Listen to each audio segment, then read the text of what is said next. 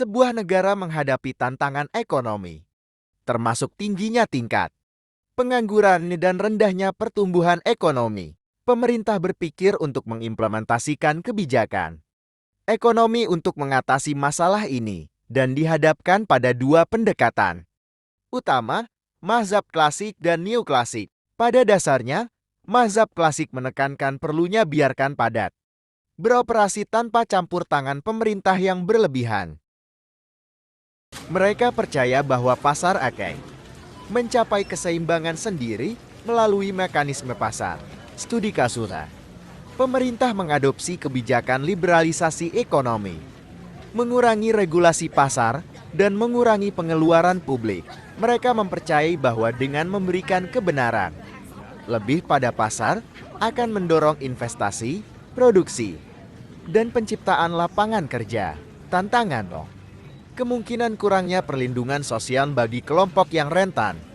Risiko ketidaksetaraan ekonomi yang meningkat. Teori neoklasik sementara masih menekankan pada peran pasar, memasukkan elemen ekspektasi rasional. Teori neoklasik sementara masih menekankan pada peran pasar, memasukkan elemen ekspektasi rasional. Mereka meyakini bahwa agen ekonomi konsumen, produsen, membuat keputusan berdasarkan informasi yang rasional, dan kebijakan pemerintah hanya memberikan efek sementara. Studi Kasura. Pemerintah dapat mengimplementasikan kebijakan fiskal yang memberikan insentif pajak untuk mendorong investasi swasta. Mereka mengandalkan efek positif dari kebijakan tersebut, yaitu peningkatan produksi dan penyerapan tenaga kerja.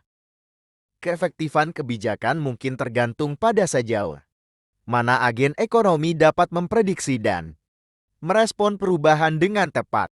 Kombinasi pendekatan menggabungkan elemen-elemen mazhab klasik dan neoklasik dapat menjadi solusi yang seimbang. Pemerintah dapat memberikan insentif pajak selalu tuh, memastikan regulasi yang cukup untuk melindungi kepentingan masyarakat. Pemantauan dan evaluasi. Pemerintah perlu memantau efek kebijakan secara cermat dan melakukan evaluasi berkala untuk memastikan bahwa tujuan ekonomi seperti pertumbuhan dan penurunan pengangguran tercapai. Penyesuaian kebijakan. Fleksibilitas dalam penyesuaian kebijakan. Saat situasi berubah sangat penting. Pemerintah harus siap mengubah pendekatan merdeka berdasarkan hasil dan kondisi ekonomi aktual. Pertumbuhan ekonomi berkelanjutan. Mengintegrasikan kebijakan yang pendukung pertumbuhan jangka panjang sambil meminimalkan risiko.